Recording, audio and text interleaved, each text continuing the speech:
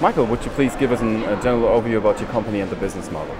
Certainly. So Reneuron is a UK-based biotechnology business, and we are developing therapeutics derived from stem cells. So we're trying to harness the excitement and the potential of stem cells and turn those into therapeutic products.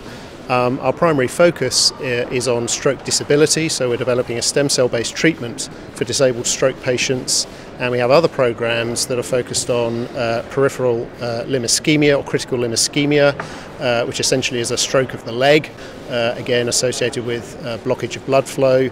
And we also have another program focused on retinal degenerative diseases, so back of the eye diseases. Michael, could you give us some background information about yourself?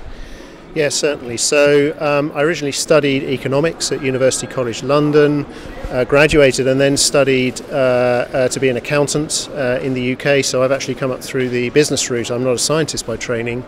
I spent my early career in mainstream industry outside of biotechnology, certainly, and then moved into healthcare around 20 to 25 years ago. Initially working in medical devices, and then moved to the stem cell scene and Reneuron specifically just over 10 years ago. And John, what about you? Sure, I am a scientist. I originally studied in Australia, which is where I came from. I moved to Paris to do a PhD, and from there to the University of Oxford as a neuroscientist. And I got an academic post at King's College in London, which is where, along with some colleagues, we developed really the scientific rationale for the company, without realizing it, if you like. And so it was really about making stem cell therapies as means towards actually developing treatments for patients. Although in those days, of course, it was really around what we could do in animals. But that's kind of where I'm really pleased to have got the company going, that we've managed to get to the position we're in now. Michael, what's so special about your flagship candidate, REN-001? Well, REN-001 is our flagship candidate for disabled stroke patients, and that's a group of patients who really have no alternative treatment options available to them at the current time to help them with their disability. And what we're looking for with REN-1 is for that treatment to engender a degree of recovery in these patients, recovery of motor function, an ability to move the affected side of their body more easily, which is typically what you see in disabled stroke patients, an inability to move, and thereby give them a more independent quality of life. We believe there are very solid economic arguments as well as clinical arguments from the patient's perspectives to trying to address that condition.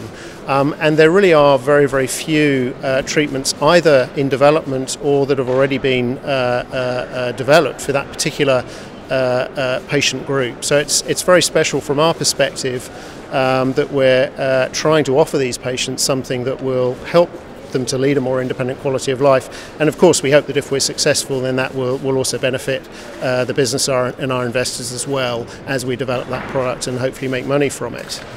John, which drugs are currently in the development pipeline and in which stages each? Well, sure. Well, Michael's told you about REN-1 for disabled stroke patients. We're currently in a phase 1 clinical trial. We've treated about half the patients, and that's underway in Glasgow, in Scotland.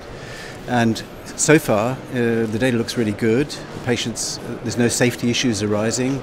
It's a direct injection deep into the brain of the cells, and no issues about that from a safety perspective. And what we're seeing, I think, is positive from what the patients are reporting. So it does give us belief that we should move on and now test the efficacy of this product.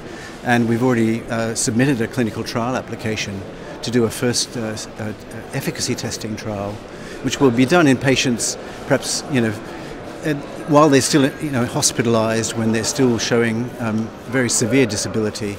That subgroup of stroke survivors that will benefit from this will be a very focused group, and we'll be looking to see if we can actually improve significantly some aspect of their function.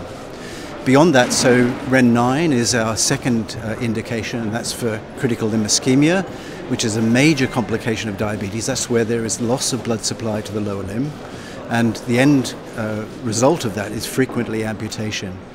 And that is a very, very severe problem associated with diabetes and obesity. So it's one it's a growing indication in the Western world.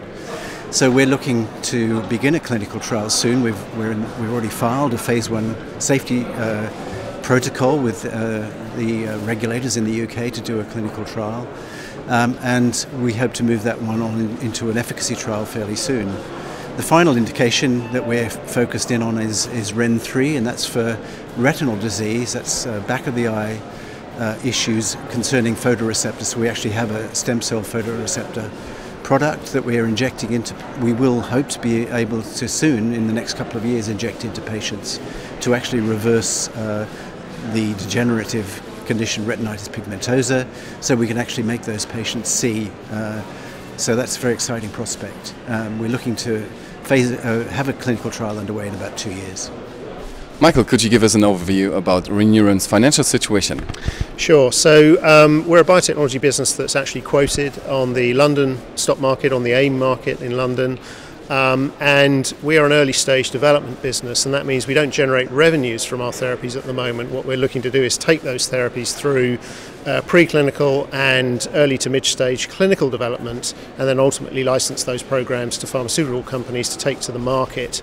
So in order for us to get from that early stage to the licensing stage, we're dependent on our investors to fund us, and we therefore then deploy those funds towards those development programs. So currently for instance, we raised some money in London earlier on this year, around about 7 million euros, and that will give us funding certainly for at least the next year.